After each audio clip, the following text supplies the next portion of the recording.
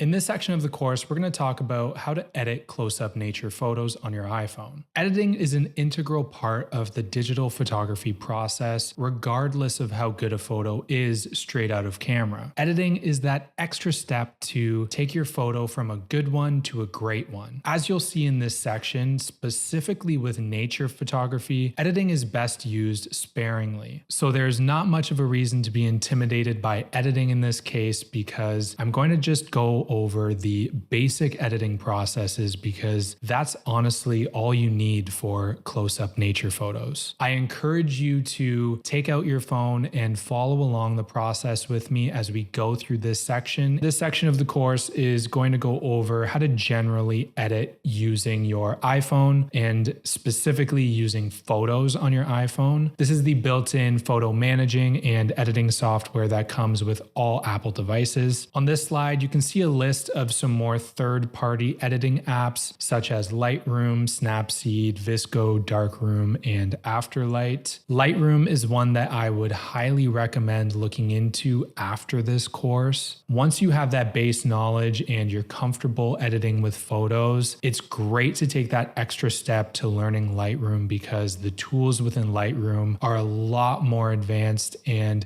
give you much more control over your image. Lightroom has also done a great job at making these tools feel intuitive even to beginners. If you're looking to learn about Lightroom Mobile, then I would highly recommend our iPhone photo editing course, which discusses this program in great detail. VSCO, Darkroom, and Afterlight are great third-party apps for filters and presets. And then Snapseed is a great third-party app for much more advanced tools that aren't available in photos. Again, we are just going to focus on photos, so let's get into it by looking at the editing workspace. When we open the Photos app, we can tap to view an image and then tap Edit in the top right corner to enter the editing workspace. Editing tools are located underneath the image. We can scroll to reveal more tools. Once a tool is selected, a slider appears underneath that tool, which allows you to control that parameter. By sliding to the right, you're going to increase whatever that parameter is. By sliding to the left, you're going to decrease it. At the very bottom of this interface, you can navigate between the different sections of the editing workspace. You're going to start off in the Adjust section. To the right of that are the filters. The furthest right is your crop section. And then if you've taken a live photo, at the far left of this toolbar, you can select the live section, which will allow you to pick a new frame taken in that live photo. The first step in your editing process is selecting your image. It's pretty common to kind of sort out which photos are your favorite when you're shooting on location. I still encourage you to look through all of the photos that you've taken, because something that might have seemed like a dud on location might actually end up being the best photo of your session. So keep an open mind and consider every option when you're selecting your images. I find it a good practice to take multiple passes at my images. Usually when I shoot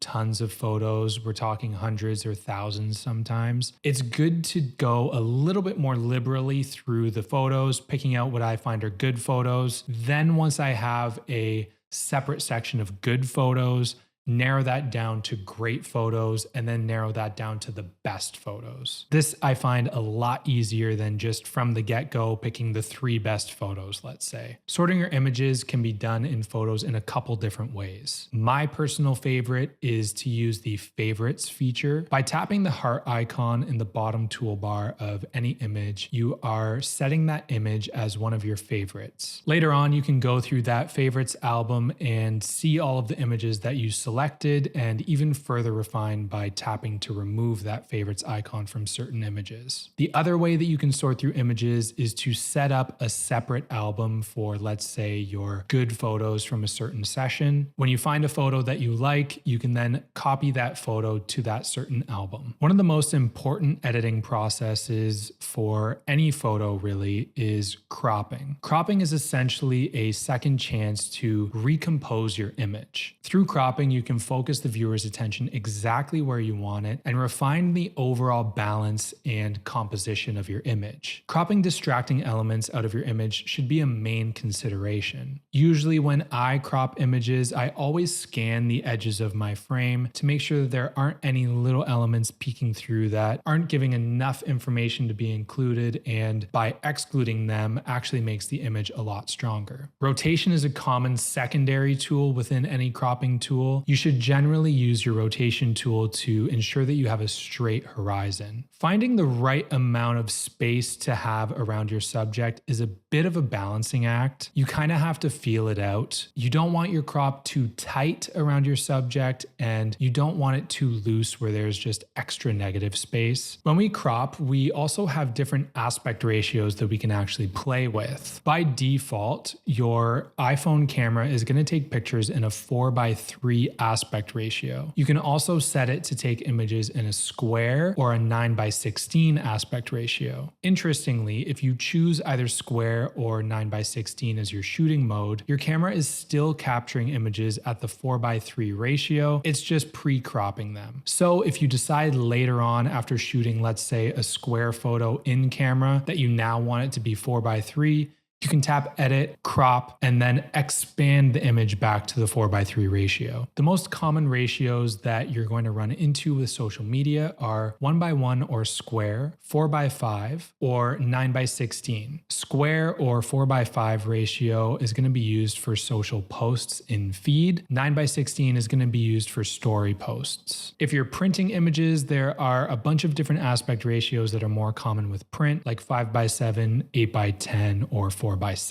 Using different aspect ratios isn't just a utilitarian process for getting your image right for social. It can actually be used as a creative tool. In this first image, we can see that there's a lot of dead negative space on the right side of the image. If we were to crop in using this same aspect ratio to get rid of that negative space, we're going to crop elements of our subject. Instead, what we can do is use a square crop to get rid of that negative space, but not get rid of any part of our subject. Now our image feels a lot more balanced. In this example, I initially took this image vertically, but upon closer inspection and editing, the interesting part of this image lies just on that top half of the image. So I converted the image to a horizontal aspect ratio, cropping out that whole bottom section, and I think the image works a lot better now. It's important to know that as you crop, you lose resolution. With an iPhone, when you're starting out with a 12 megapixel photo, you don't have much room to actually crop in. You can see in this example how once I crop in 2 to 3 times, you can already see how the edges aren't as detailed as they once were. If you're shooting with Apple Pro RAW, then you're gonna have much more room to crop in. So just be aware that the more you crop, the less resolution that your image is gonna have. Cropping on an iPhone should really only be used as a corrective tool, not necessarily to punch in and zoom in far amounts on your image. There's just not enough information to do that. This slide has an overview of the crop section in Photos. There are a few tools in here that I haven't gone over in this course because they don't come up too often in close-up nature photography. The next editing process that's important to know is exposure correction. A properly exposed image is going to have detail across the highlights,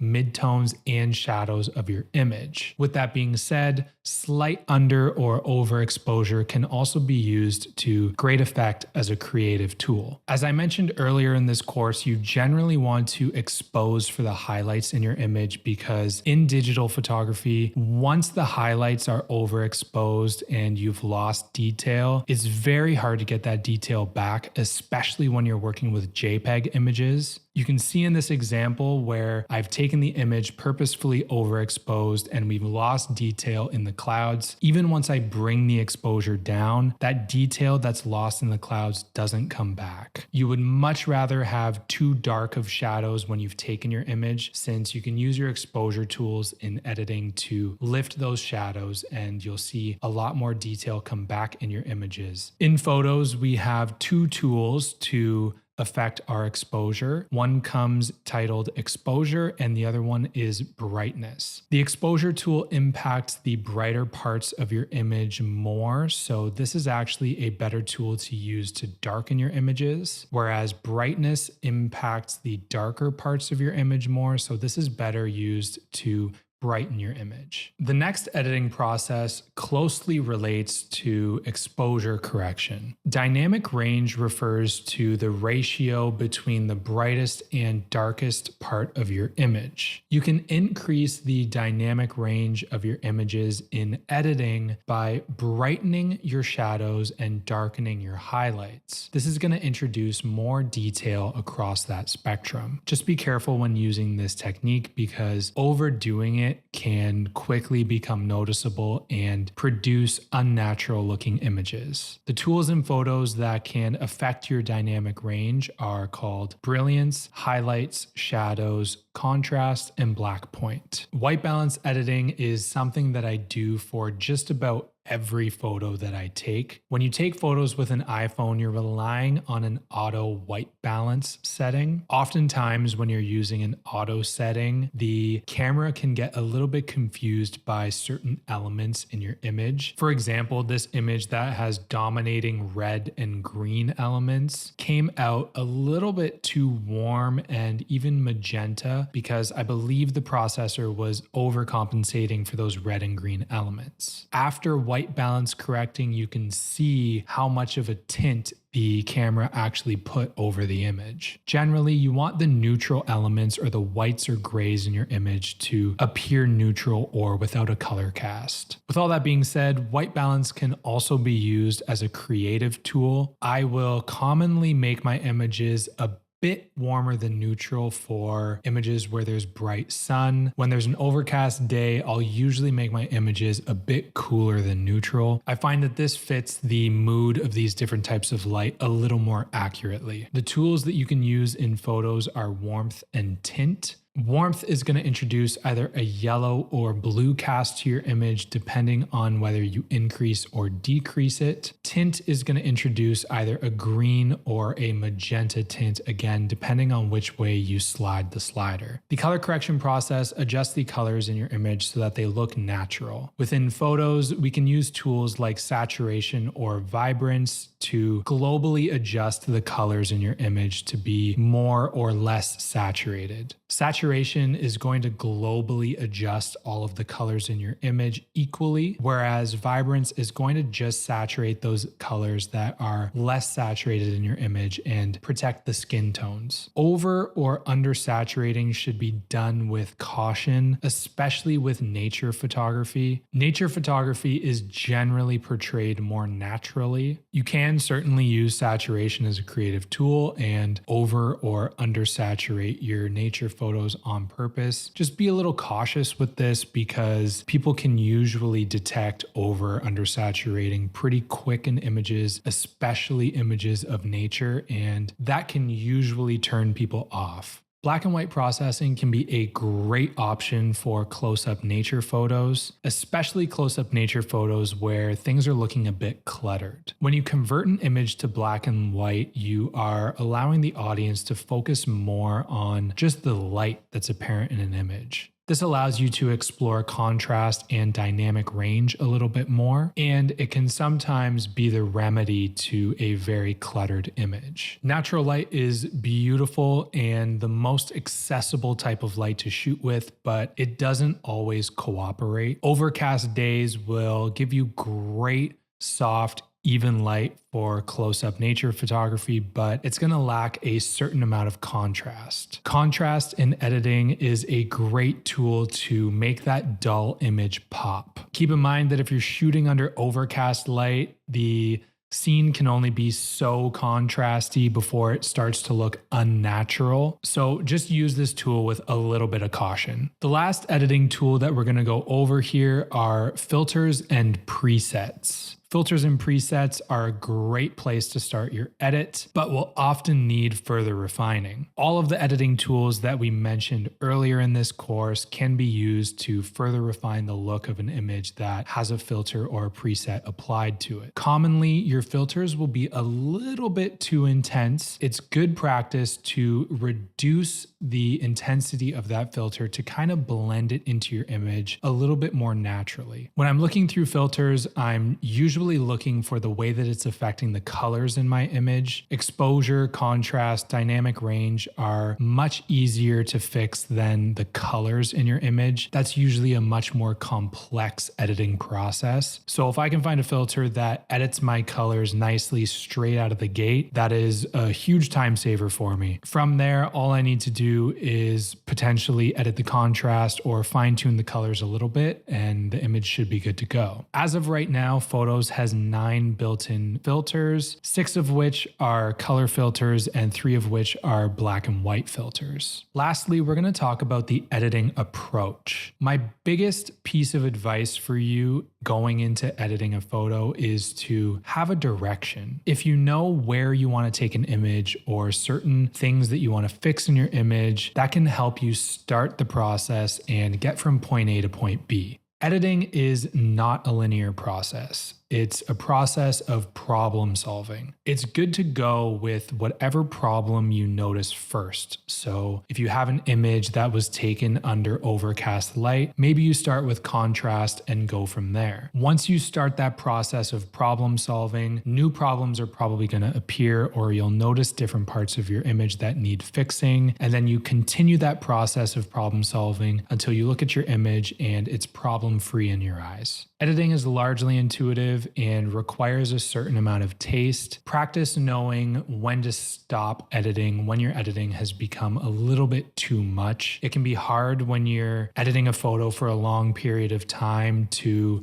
dial back that edit. Your eyes can kind of get used to how you have the image looking now, and then you can just continue to push it further and further. Resetting your image back to how it looked before and then viewing it how it looks with your current edit is a great process. This can be done in Photos by simply tapping on your image at any part of the process. This is going to reset it back to how it looked before. This should reset your eyes, recalibrate your eyes, and allow you to view your edit a little bit more clearly. If you've gone a bit too far, then you can start to dial it back. In this section, we also have a roundup slide of the most important concepts that we've gone over in this section. Again, this is a great resource slide to print out and have on hand when you're editing your photos to quickly look through and remember some of the key concepts that we've just gone over without having to rewatch this course section. In this next section of the course, I'm going to take you along with me to High Park, where we're going to take close-up nature photos of the blooming cherry blossoms.